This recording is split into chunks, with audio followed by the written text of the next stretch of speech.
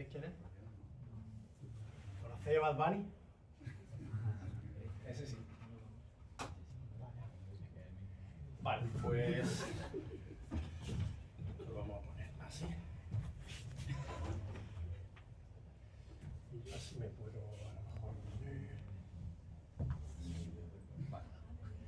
Bueno, pues yo voy a dar una conferencia sobre los... Voy a sentarme, sobre los arcos de Javier Manterola. Javier Manterola, ahora os hablaré de él, pero es una de las figuras más insignes de la ingeniería española moderna y ha liderado, ¿se me escucha bien al fondo? Ha liderado la generación más brillante de ingenieros estructurales españoles, que ha estado formada por su persona, por Javier Manterola, por Leonardo Fernández Troyano, José Antonio, Juan José Arena, José Antonio Fernández Ordóñez y algunos más, que heredaron la labor docente y constructora de José Antonio, de Eugenio Rivera, de Carlos Fernández Casado y de Eduardo Torroja. Vamos a hablar de puentes, pero también vamos a hablar de personas. Vamos a hablar de las personas que hacen las estructuras, que proyectan y que inspiran a las generaciones. Los arcos de Javier Manterola podríamos estar hablando horas de ellos.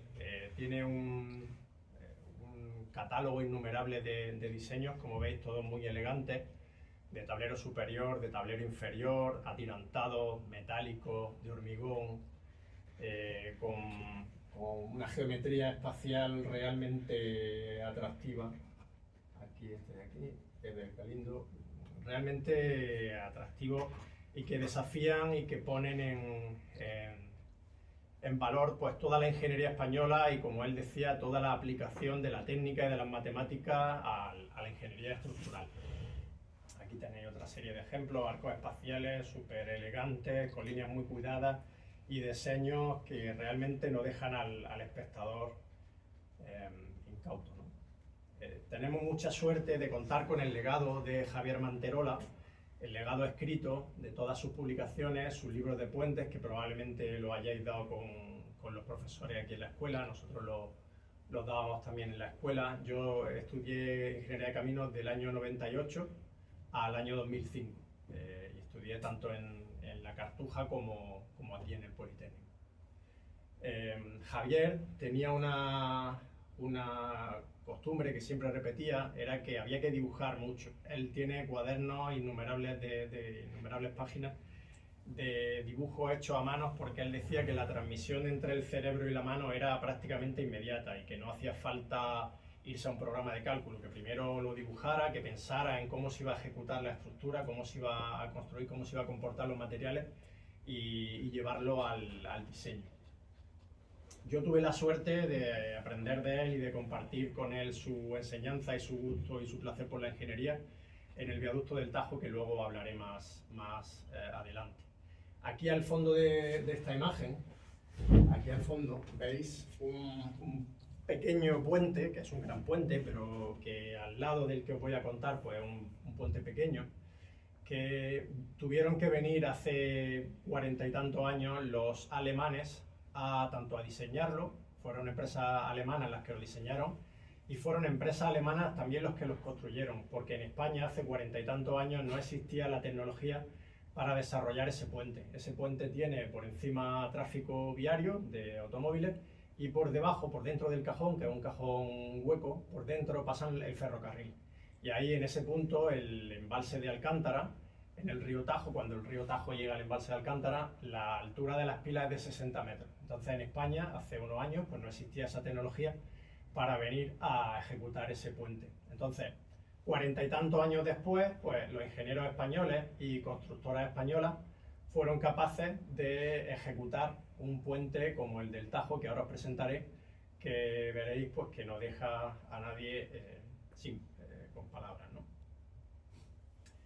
Porque conozcáis un poco de dónde venimos, en Tensio Ingenieros Consultores somos una empresa muy reciente, una empresa muy joven, pero que atesora los 21 años de experiencia que llevamos desde que salimos de la carrera, donde hemos pasado por edificación, por el metro de Sevilla y por otro montón de estructuras. Hemos podido diseñar pasarelas Bowstring, como veis arriba a la izquierda, las cubiertas de las cocheras del metro de Granada, que es el edificio que tenéis a continuación, un simulador de incendio en el aeropuerto de Sevilla, las maniobras especiales de cargas del puente de Champlain, la ampliación de Atocha, desarrollo de métodos especiales de ejecución de puentes en el mar o en cauces de río, refuerzo de estructuras de oil and gas y la ejecución, por ejemplo, el diseño de un puente singular en roquetas de mar.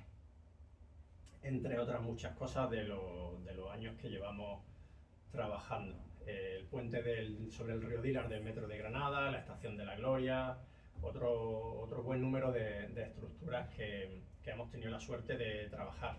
Es decir, ingenieros de esta escuela, pues con esfuerzo y con todo el cariño y sin ser los más listos de España, pues son capaces de llegar a desarrollar proyectos a lo largo del mundo, de todas las tipologías estructurales, con todos los materiales, con madera, con fibra de carbono, con hormigón, con acero de muchos tipos, acero Corten, estructuras en el mar, en ríos, para incendios, contra explosivos en la comisaría del aeropuerto de Bilbao, preparando una estructura contra explosivos, en fin.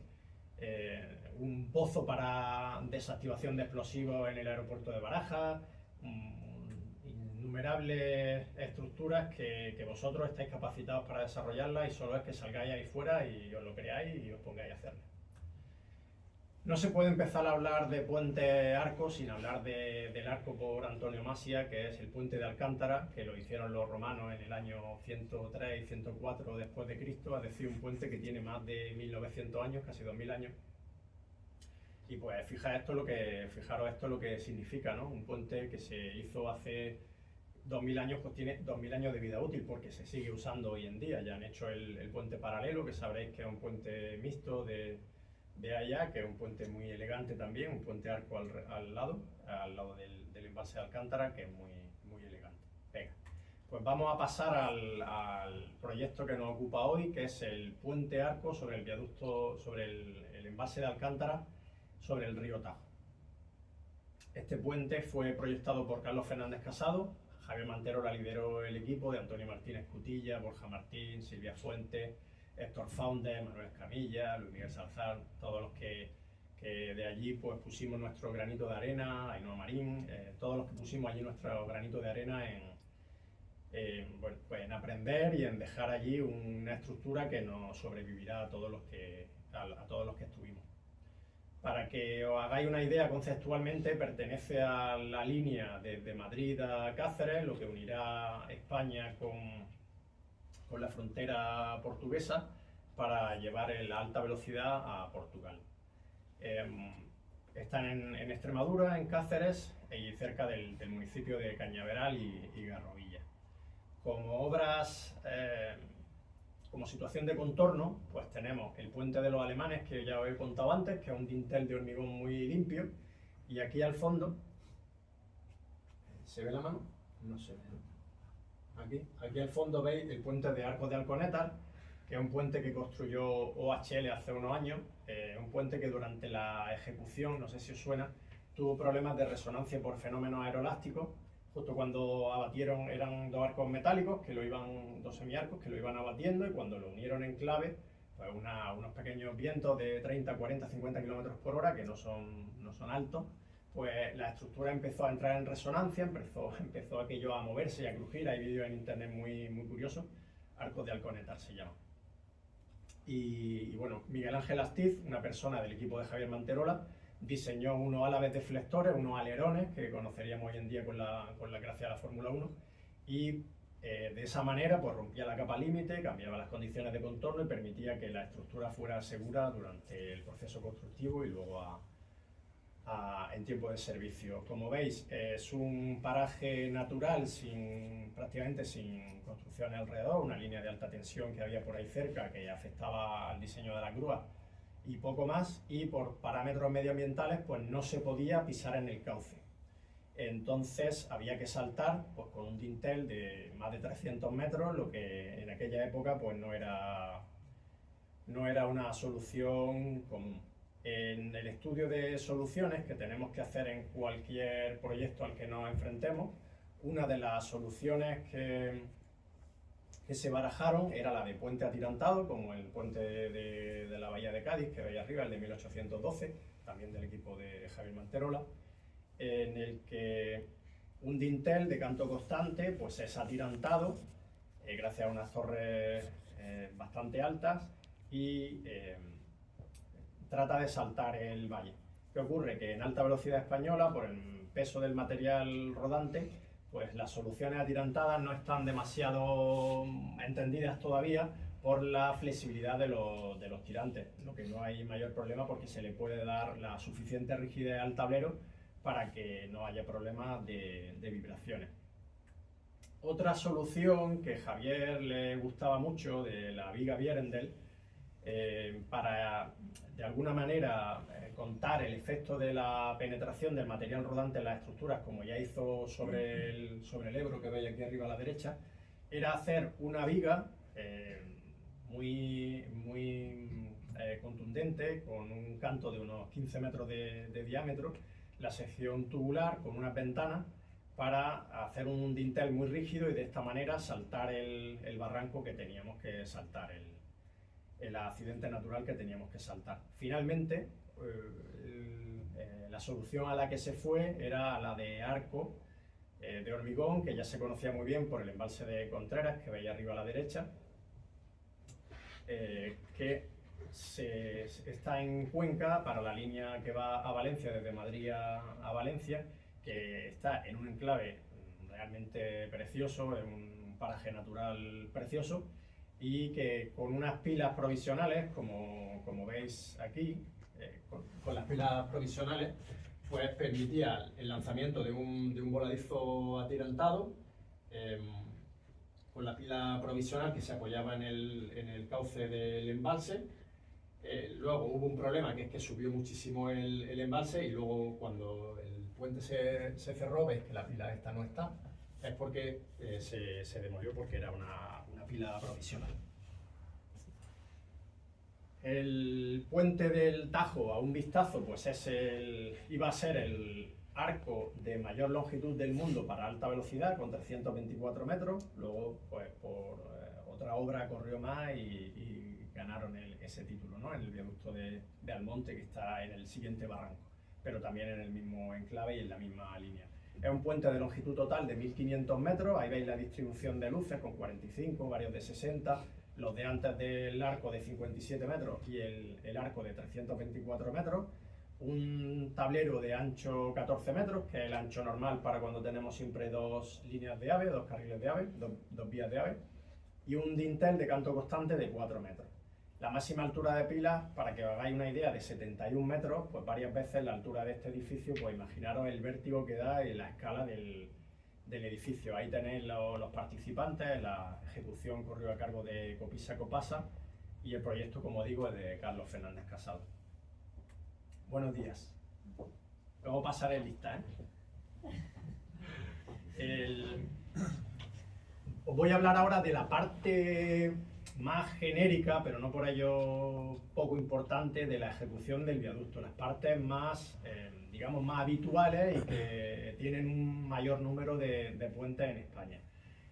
Los estribos, los apoyos y los puntos fijos. Bien, cuando vamos a ejecutar un estribo de este tamaño, vamos a ejecutarlo normal, con encofrado, como ya habéis visto. Esto no tiene mucha historia. El tema es que como los apoyos que se le van colocando al tablero son esféricos, tienen un rozamiento pequeñísimo porque tienen una lámina de teflón con cera de abeja, y tienen un rozamiento pequeñísimo. Entonces, si además el tablero tiene pendiente descendente hacia donde tú vas ejecutando, pues si no retiene el tablero corre el riesgo de movérsete. Y además, la autocimbra, que luego os contaré, que va por encima, también va produciendo movimiento y se puede arrastrar el tablero. Por tanto, hay que hacer unos puntos fijos del tablero al estribo, y que con el peso del estribo y con las reacciones del pasivo del estribo podamos sostener esas fuerzas longitudinales que se quieren llevar el puente hacia el agua. En cuanto al diseño de las pilas, Javier nos contaba que, como veis, la forma de la pila, que tiene una especie de cintura y va agrandando su sección hacia abajo con una pendiente de 1 horizontal, 40 vertical, nos decía que se había inspirado en la elegancia de un traje de gala de una chica por el efecto de la cintura y el cómo cae el vestido a lo largo de la figura femenina. Son pilas muy altas, como hemos dicho antes, de hasta 70 y tantos metros de longitud, porque te hace tener una planificación de la ejecución de esas pilas y que, bueno, pues a veces pues tienes la niebla en medio de las pilas y la foto de la derecha de la autocimbra es realmente atractiva. Aquí veis una foto ahí en el medio de la grúa, las escaleras para subir, imaginad el vértigo también que da cuando vamos a subir la Pepe, cuando vamos a subir hacia las pilas para la ejecución de los capiteles. Y la foto del medio con el atirantamiento, que es muy elegante también. Muchas de las fotos son de Carlos Manterola, que es el hijo de Javier Manterola. En cuanto a la ejecución de las pilas con encofrado trepante, pues no tiene nada, lo que he dicho. En muchas obras se utiliza el encofrado trepante, en el que vamos subiendo el encofrado interior, montamos la ferralla exterior, que para eso se diseñó un utilizado que veis en la imagen de abajo a la izquierda, en el que con ese útil, pues, que es modulable, se puede ir cogiendo todas las jaulas de armado y se van montando de una vez y conseguíamos levantar 6 metros de pila a la semana, ¿vale? La pila que tiene tirantes, las pilas de arranque de los semiarcos que tienen tirantes, necesitan, para que los tirantes penetren en la pila, necesita una estructura con una precisión muy alta a la hora de permitir que se puedan instalar los tirantes y en todos los movimientos del voladizo, porque pensad que vamos a tener un voladizo en algún momento de 162 metros de longitud, que esos giros que va a producir el voladizo pues van a hacer que los tirantes también giren y tengan que tener la holgura suficiente para poder, para que no tengan ningún choque ni tengan ningún roce no deseado del acero del tirante con el acero del tubo. Por eso hubo que construir en taller una estructura con mucha precisión, gracias al equipo de la UTE de topografía que realizó una labor encomiable y estaba perfectamente conectado con el equipo de diseño. Esa estructura que se premontó en taller se llevó a la obra, se instaló con grúa en la pila y se pudo hormigonar. Fijaros la geometría tan detallada que tiene la pila, con todos esos encastres para la colocación de los tirantes que penetran en el fuste de la pila, y las plataformas de tesado. Pensad que las personas que se dedican a montar los tirantes tienen que acceder a cada uno de los tirantes a 70 y tantos metros del suelo, para que realmente da mucho vértigo, para producir el enfilado de los tirantes, de los numerosos tirantes, que además son tirantes con muchísimas unidades, de 30, de 40, de 50 unidades cada tirante. Y pues allí arriba hay que trabajar, hay que subir también la instrumentación para instalar las células de carga, para proceder al pesado de los tirantes y demás.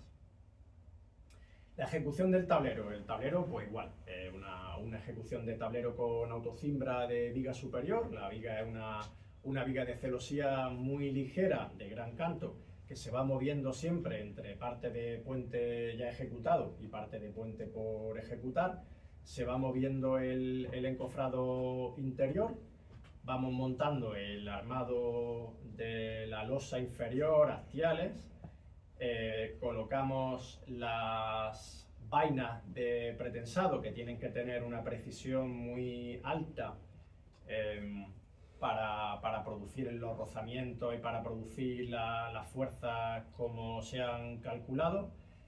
Se enhebran los tendones de acero, el alambre activo se enhebra antes del hormigonado, porque durante el hormigonado puede producirse algún movimiento no deseado de alguna vaina y podría quedar estrangulado y luego no habría manera de meter por ahí el acero. Entonces lo que os recomiendo es que siempre se enfile antes del hormigonado y que se arriostren todas esas vainas de pretensado, se arriostren cada metro, cada medio metro en las partes de mayor curvatura, para que durante los movimientos del vibro en el momento del hormigonado pues no vayáis a mover ninguna vaina.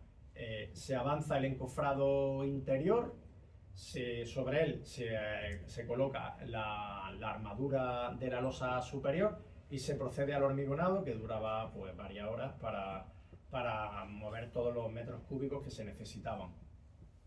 Se esperaban 48 horas para que se alcanzaran las resistencias mínimas. Se procedía al tesado con el gato multicordón, como veis aquí, que es un gato muy grande que pesa mucho, que te coge todos los cables a la vez, tira de los cables, hacemos la introducción de las cuñas y ya suelta, y así se va quedando la fuerza de pretensado cogida, y se iba haciendo la inyección al día siguiente. La autocimbra se movía por las noches de los domingos porque aprobábamos los partes de tesado los domingos por la tarde, y los domingos por la noche se movía la cimbra, y por la mañana se llegaba otra vez a comenzar el ciclo, haciendo un vano de 60 metros por semana.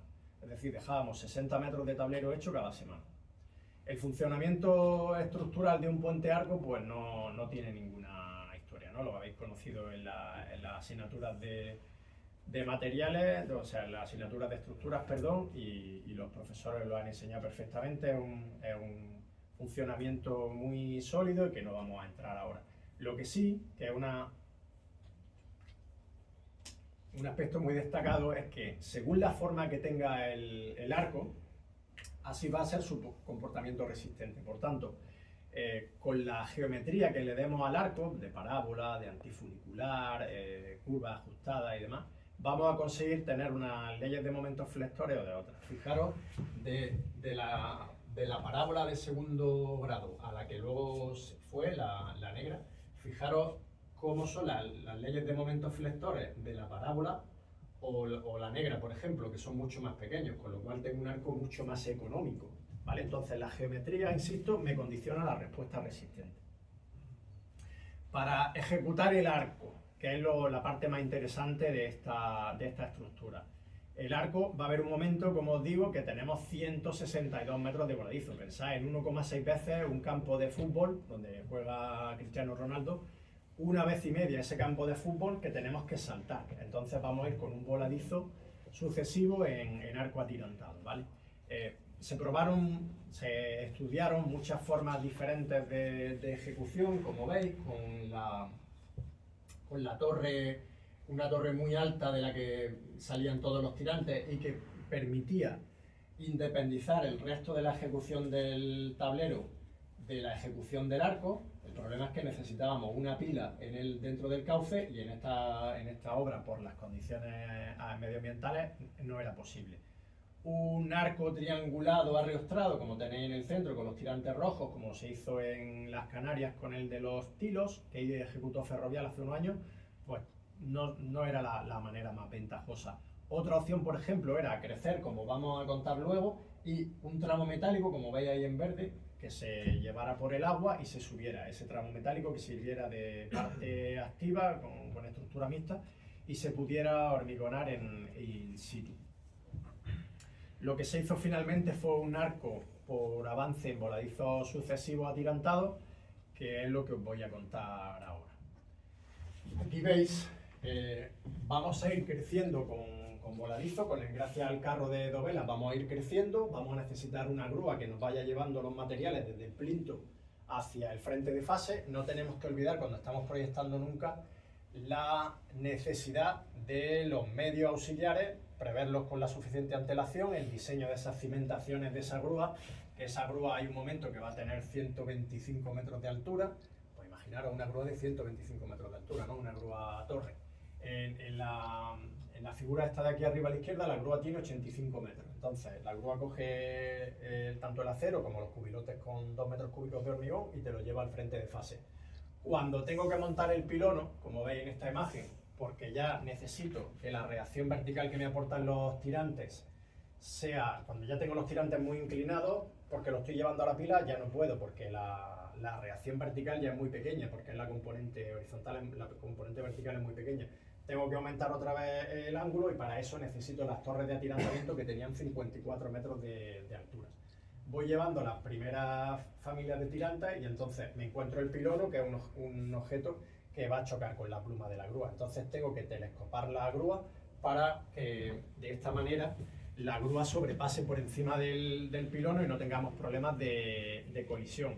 Una vez esa grúa que tengo con una pluma de 75 metros de longitud ya no llega al frente de fase, tengo que desmontar esa grúa y montarla en su configuración de 85 metros de altura, montarla en el arco. Pues igual, imaginad un voladizo de casi 100 metros de largo en ese momento y le instalo encima una grúa de 85 metros de altura. Pues vamos, realmente aquello cuando estaba allí era apabullante.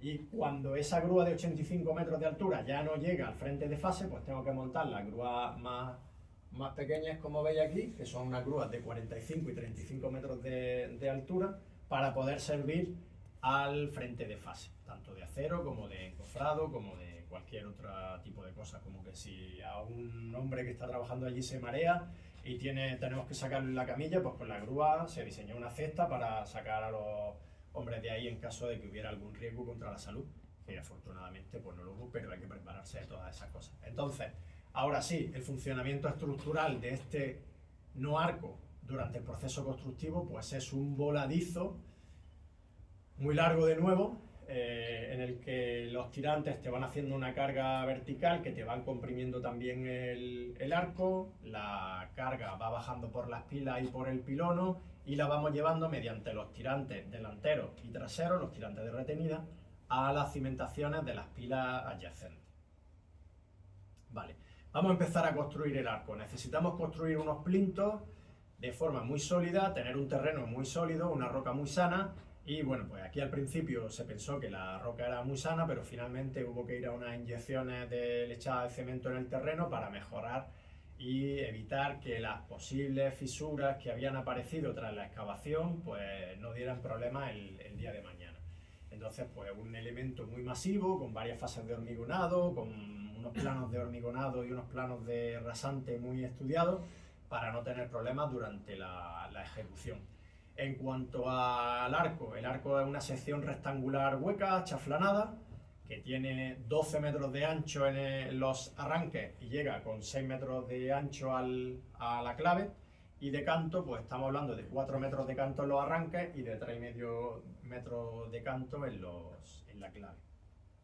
Para ejecutar lo que necesitamos, pues lo primero que necesitamos es una cimbra cuajada para ejecutar las dos primeras dovelas, que son las que se ven ahí ya hormigonadas, y luego, una vez ya tengo un trozo de arco ejecutado, esas dos primeras dovelas, ya tengo brazos suficientes para poder instalar el carro, que es una estructura metálica que tiene unas vigas y que necesitan, pues como veis aquí, de un cierto arco ya ejecutado para poder instalar todos los barras, Macaloy y Dividag de retención para asegurar esa estructura, que es una estructura de 60 toneladas, de 90 toneladas en su configuración inicial para permitir todo el encofrado. Aquí veis un modelo de Sofistic que se realizó para comprobar el funcionamiento del arco durante las fases. ¿Cómo se mueve el carro? El carro es autopropulsado, tiene unas centrales hidráulicas que se mueven con electricidad, que va haciendo un movimiento de tijera que va haciendo que el carro avance hasta donde quiere. Y se va sujetando, como digo, siempre al arco a través de unas barras Dividag y barras Macaloy, que hay que ir dejando siempre unas vainas para que se puedan ir dejando esas vainas. El arco va cambiando de tamaño, como hemos dicho, de 12 metros de ancho hasta 6, por tanto, al final es un paralelepípedo que se va cerrando y necesitamos ir adaptando el carro a estos movimientos. Entonces, cuando además nos encontramos, como veis aquí, nos encontramos con una pila especial, una dovela especial, pues una dovela que va a recibir luego una grúa, o una dovela que va a recibir luego una pila, pues tenemos que dejar ahí una serie de esperas para el arranque de la pila que no son compatibles con la configuración normal del carro, con lo cual o tengo que modificar el carro o tengo que modificar la armadura de pila y usar manguitos roscados, como hubo que hacer en algunos de los sitios. Los tirantes, uno de los elementos clave en este tipo de construcción es gracias al atirantamiento provisional. Son tirantes provisionales con acero de cable desnudo, no van autoprotegidos, pero luego van con una vaina de polietileno que los engloba y los protege de los agentes meteorológicos. Quedaros con esto que luego veremos una cosa. Entonces, en los tirantes pues necesito anclarlo a las zapatas de retenida, tengo que se prepararon unas galerías por las que entraba el personal para enfilar y poner las cuñas en las zapatas de retenida. Esas pilas iban también ancladas al terreno con tirantes verticales, como veis aquí, anclajes provisionales al terreno, tanto verticales como inclinados, que hacían que la base de la pila, la zapata, tuviera ese chaflán. Esos tirantes hay que anclarlos también en el arco, como veis. Tenemos unas pasarelas súper importantes para llegar al arco, unas escaleras de madera hechas y luego unas pasarelas que nos llevaban a cada uno de los tirantes para poder poner las vainas y meter bien y enhebrar los cables.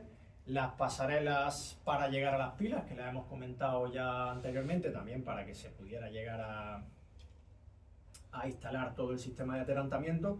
Y las de los pilonos, que como veis, pues ya tienen una geometría que, bueno, da muestra de la cantidad de horas de ingeniería que se lleva el redactar el proyecto de las propias pasarelas de acceso a los pilonos, que en sí pues tienen una configuración geométrica complicada y, bueno, pues van a estar sometidos a las cargas de los operarios allí trabajando y a las cargas del viento. Los anclajes tenemos que anclarlos también ya como nivel de detalle, tanto en el arco, como veis aquí, en cada una de las dos velas, el ángulo de incidencia y el ángulo del arco era completamente diferente, por tanto había una cantidad de carga aquí en el anclaje del tirante diferente para cada una de las dos velas, con lo cual cada dovela tenía un blister específico de esa dovela que teníamos que ir adaptando también para que luego el carro pudiera ir teniendo ese encofrado y demás. Eso era bastante complejo de llevar a cabo en la obra. Y el anclaje de los tirantes en los pilonos, como veis aquí.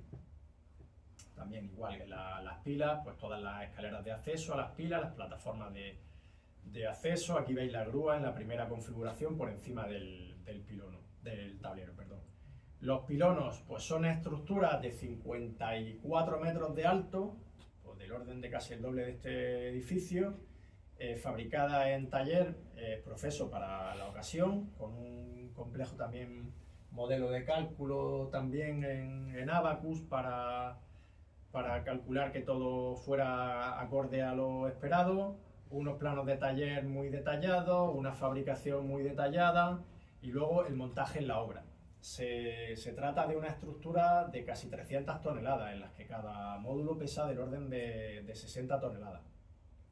Lo que se montó desde el propio tablero con una grúa de celosía, que había que preparar unas plataformas para que las cadenas de la grúa de celosía, las cadenas metálicas, no fueran dañando el hormigón del tablero y fuera a perder su recubrimiento para la durabilidad. Como veis, se fabricaron en 6 piezas y se montaron en 6 fases, para las que también hubo que diseñar unos separadores de cable, unas orejetas auxiliares para coger todo el lifting harness y demás. Los tornillos que se usaron, como veis aquí que estamos calibrando, son tornillos de alta resistencia pretensados, que también dieron mucho que hablar por, bueno, el alargamiento, la carga de tesado, en fin, ahí había un montón de cosas. El Direct Tension Indication, todos esos temas que luego dan mucho que hablar. Si queréis leer sobre una cosa interesante, hay una cosa que se llama bunging bolts, que bueno, son este tipo de tornillos. Cuando están luego trabajando durante la vida útil, de repente suena ¡pam! Y suena como si hubiera un disparo en obra, y porque tanto la espiga como la arandela y la tuerca se van adaptando y suena como si fuera un disparo. Los pilonos, como veis, pues son unas estructuras mastodónticas que se encargan de hacer que no sirven para otra cosa que hacer que los tirantes tengan componente vertical, que es lo que queremos buscar componente vertical. Y os hablo ahora de las grúas. Las grúas, tenemos grúas en 4 posiciones. Tenemos 3 grúas, o más bien 2 grúas, pero en 4 posiciones diferentes. Una grúa en la base del pilono. Esa grúa hubo que cimentarla con micropilotes al terreno, a pesar de que era un terreno con roca y un terreno con alta capacidad, pero por los momentos flectores que se van a dar en la grúa cuando está en su configuración de 85 metros autoestable, pues necesitamos que sea micropilotado, con micropilotes que están traccionados y comprimidos. Una vez monto el pilono, como veis aquí, pues necesito telescopar la grúa. Es una fase muy curiosa, que la grúa ella sola va cogiéndose los segmentos de torre, de fuste, y se lo va poniendo, y ella sola se va subiendo hasta que se sube a la configuración de 85 metros, perdón, de 125 metros, y ya puede pasar por encima del pilono. ¿Qué ocurre? Que ahí ya no es autoestable y necesitamos un anillo que veis ahí en la cabeza de la pila que arriostre la grúa para no tener un accidente. Una vez esa grúa, como os contaba antes, ya no llega a alimentar el frente de fase, tenemos que desmontar esa grúa, destelescoparla y desmontarla y montarla nuevamente encima del arco para que siga permitiendo el avance. Y cuando esa grúa de 85 metros de altura, y aquí es que todo es muy grande, se queda ya corta, pues tenemos que montar la grúa de 45 y de 35, que son las pequeñitas que veis aquí, que dan servicio al arco.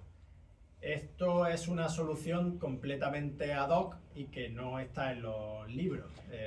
Cómo esa grúa se conecta a la dovela. Esa dovela es capaz de resistir esas cargas que le van a llegar.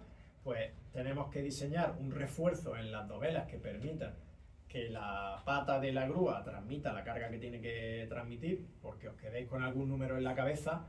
500 toneladas es la tracción que tenía la pata en el momento pésimo del viento pésimo con el que se calculaba. 500 toneladas. Que son 250 coches. Entonces, un refuerzo de la dovela y un diseño de las piezas de conexión de las patas de la grúa con la dovela que permitiera que cuando va creciendo el voladizo, la grúa también va cambiando la verticalidad por el peso de toda la estructura que va creciendo. La grúa va cambiando la verticalidad. Si la grúa se desverticaliza por encima de unos márgenes, deja de trabajar.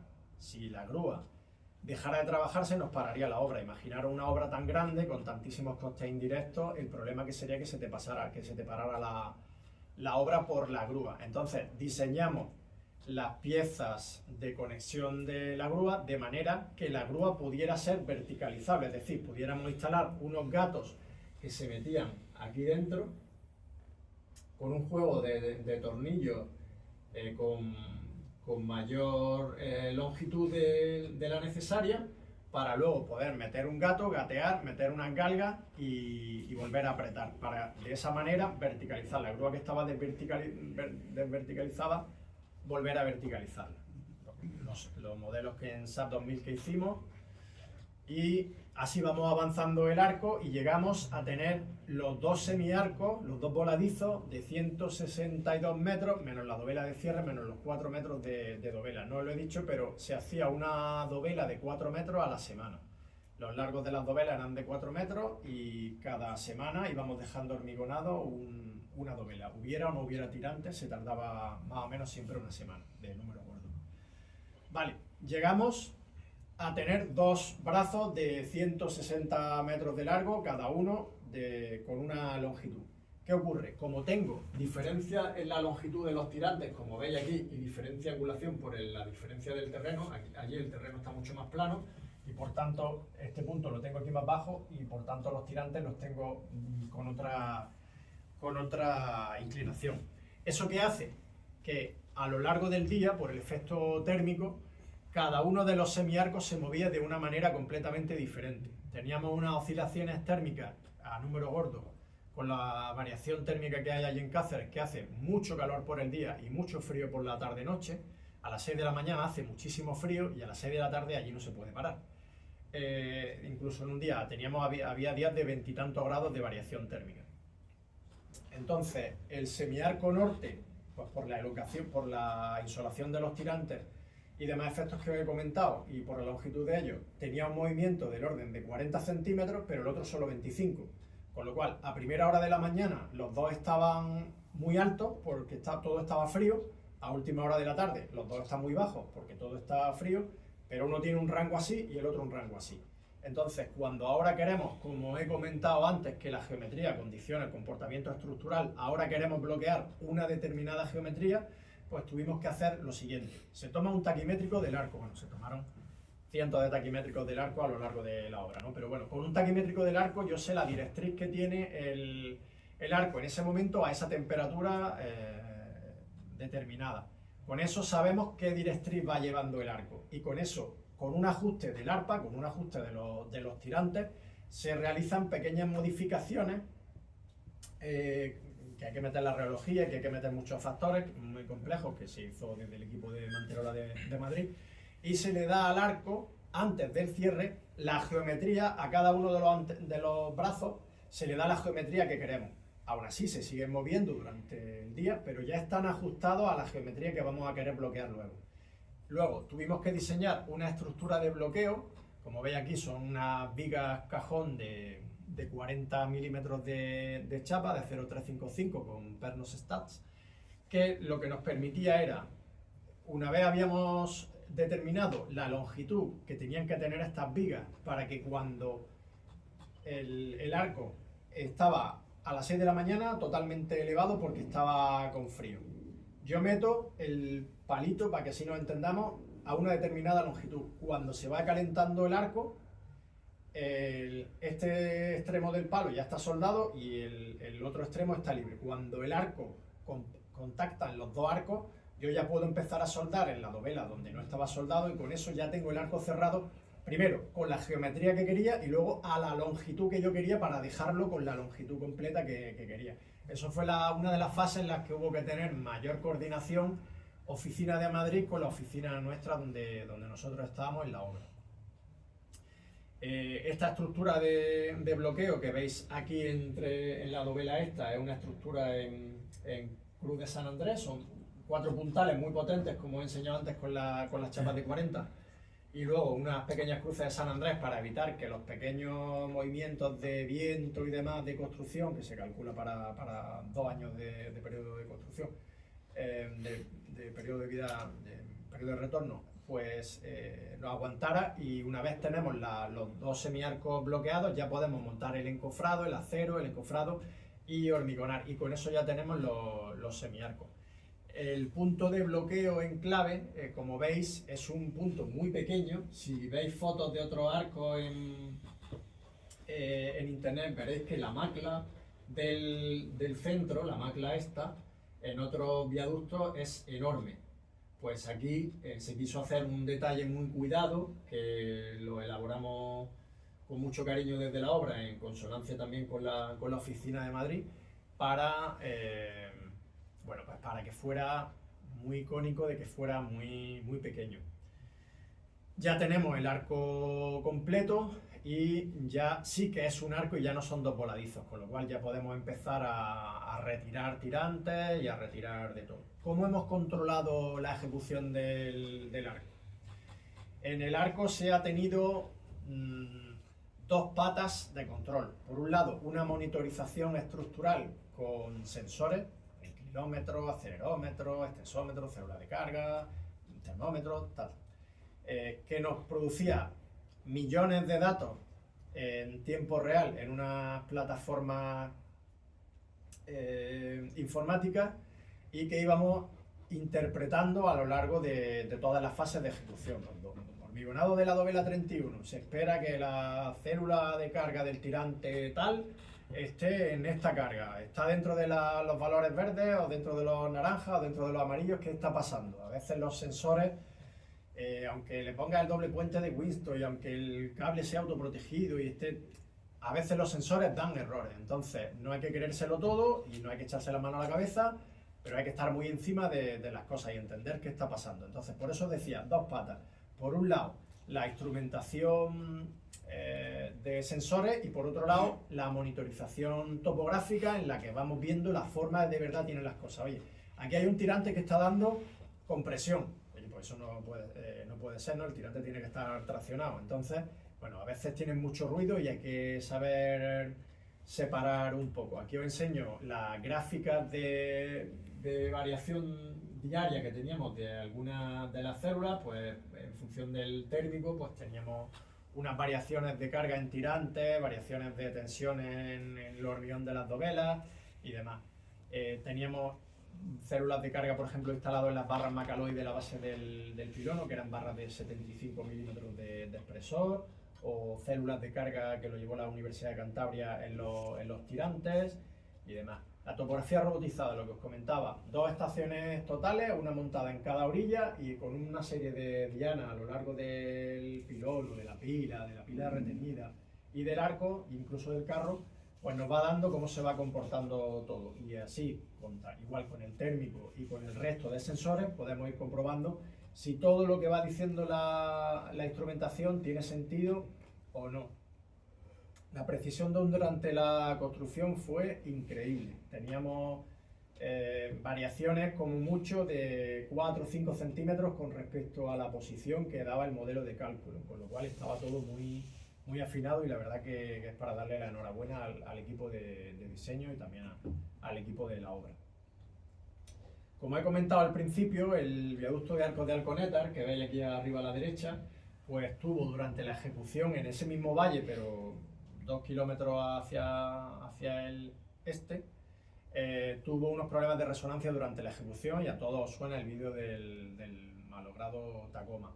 Aquí en esta obra se estudió también este tema aeroelástico, no fue ajeno al diseño de esta estructura. Aquí abajo tenéis un desprendimiento de vórtice en el que se va excitando, va pasando por arriba y por abajo y el vórtice te va haciendo que la estructura se excite y eso también se analizó aquí.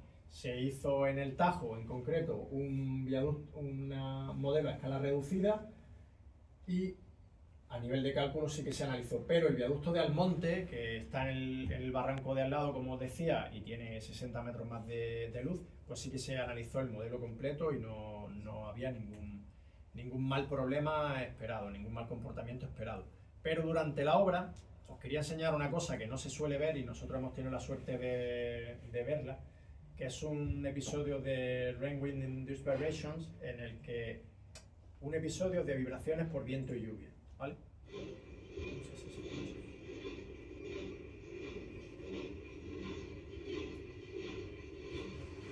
Un viento pequeño y una lluvia pequeña produce que uno de los tirantes de todas las familias que teníamos instaladas, que teníamos muchas familias ya porque estábamos próximos a la finalización del arco, pues uno de los tirantes, el izquierdo aquí como veis, pues empezó a moverse.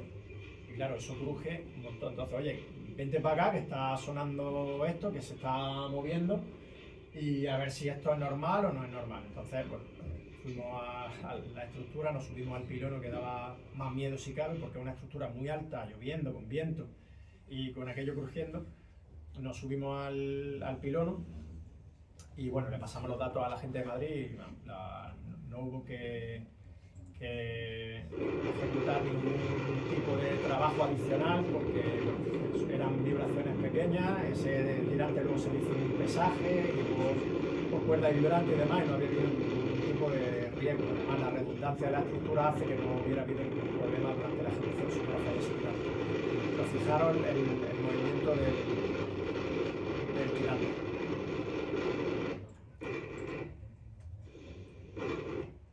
Vale, ya hemos terminado el arco, ya tenemos un arco, ahora ya podemos ir quitando los tirantes, ya veis el pilono desnudo, de hecho uno de los pilonos, el pilono de la derecha, aquí arriba en la foto de la derecha, ya lo estamos desmontando, primero quitando todas las plataformas y luego ir desmontando cada uno de los segmentos. Se ejecutan, gracias a las pilas sobre el arco, se ejecutan las pilas y con las 2 autocimbras, porque había que ir haciendo el hormigonado simétrico del tablero, íbamos haciendo el hormigonado del tablero. El último vano sí se hormigonó con una cimbra sola y se hormigonó también la macla. Y luego la prueba de carga, que como veis, pues en toda Extremadura ese día no se veían muchos camiones por la carretera. Vale, yo me gustaría dejaros con una reflexión que se la habréis visto a Javier Manterola, al que os invito de verdad que conozcáis su obra, porque realmente es una motivación para todos nosotros el tener un referente español que realmente sea el adalid de la ingeniería estructural y de la Escuela de Ingeniería Estructural Española, que tenía dos frases que a mí me impactan siempre mucho. El nunca se sabe lo suficiente cuando se empieza a hacer algo. O sea, cuando él empezó a saltar barrios de luna, que tenía 440 metros de luz en su día, que fue récord del mundo durante un montón de años, él era además muy joven, nunca se sabía lo suficiente, ¿no? Y otra cosa que decía era que hay que atreverse a hacer cosas y a enfrentarse a los retos. Así que esto es todo por mi parte y ahora pues si queréis vosotros hacer alguna pregunta o alguna reflexión o lo que sea. Pepe. ¿La macla del arco cuánto era? Sí, del orden de 3,5 metros. La longitud de una pila.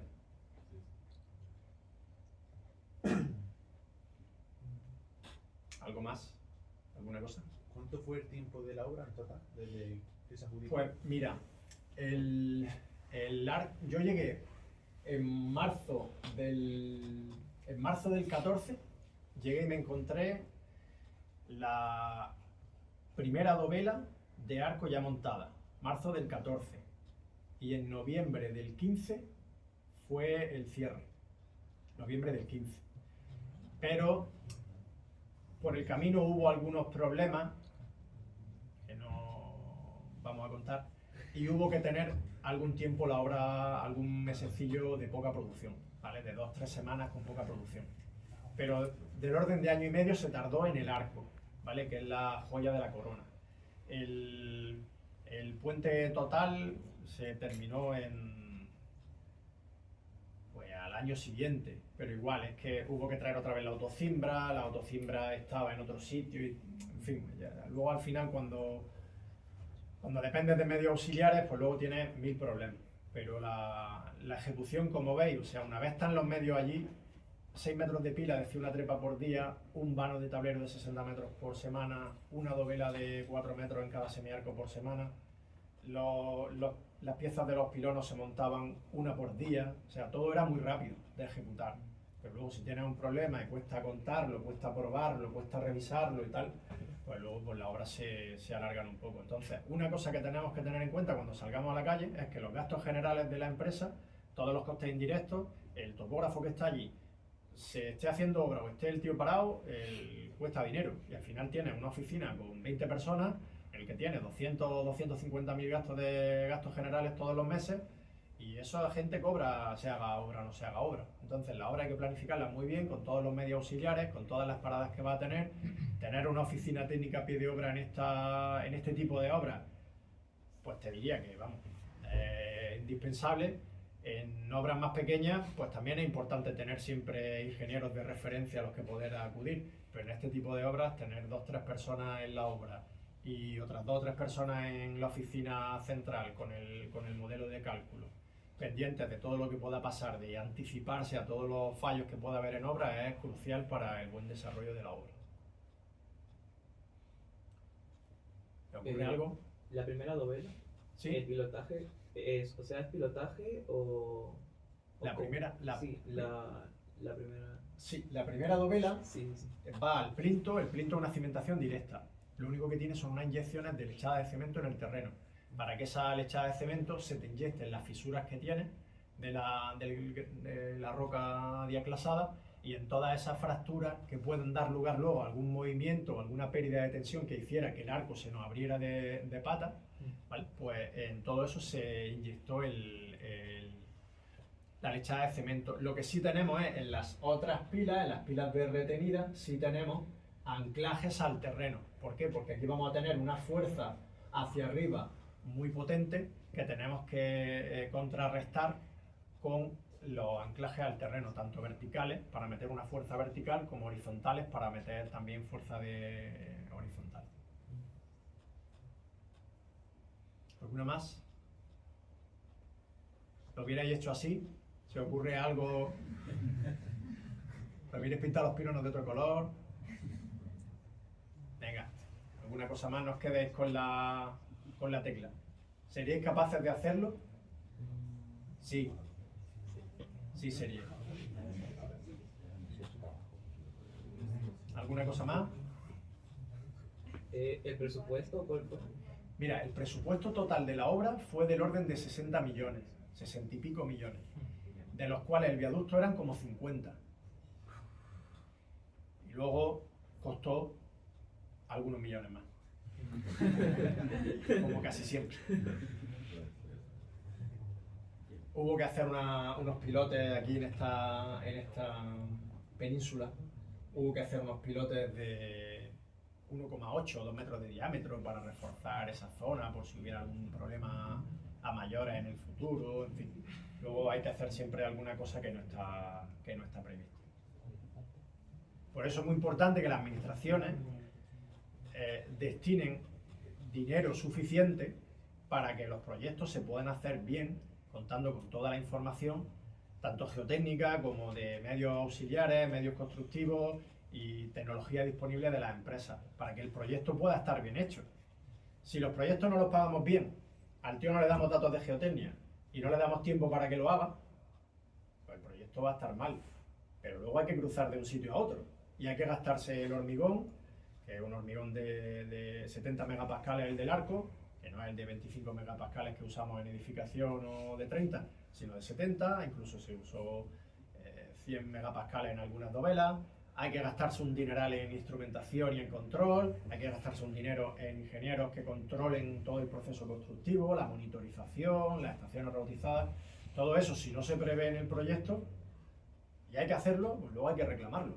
Entonces, si la administración no pone de su parte y no se destina el capital suficiente y el tiempo suficiente a los proyectos, las obras luego pues van a tener problemas y va a haber modificados y va a haber rescisiones de contrato y todas las reglas del juego que nos estamos encontrando hoy en día en la calle.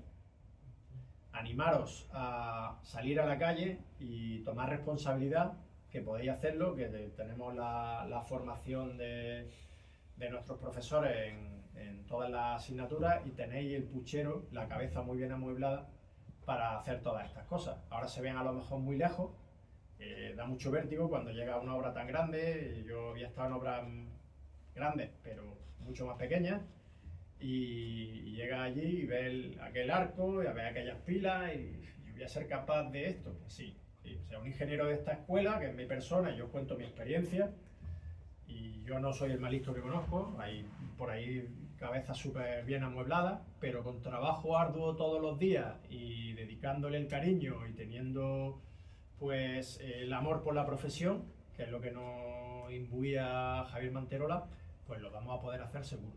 Así que solamente animaros y invitaros a ir a la calle a hacer cosas y nos vemos pronto trabajando en la calle.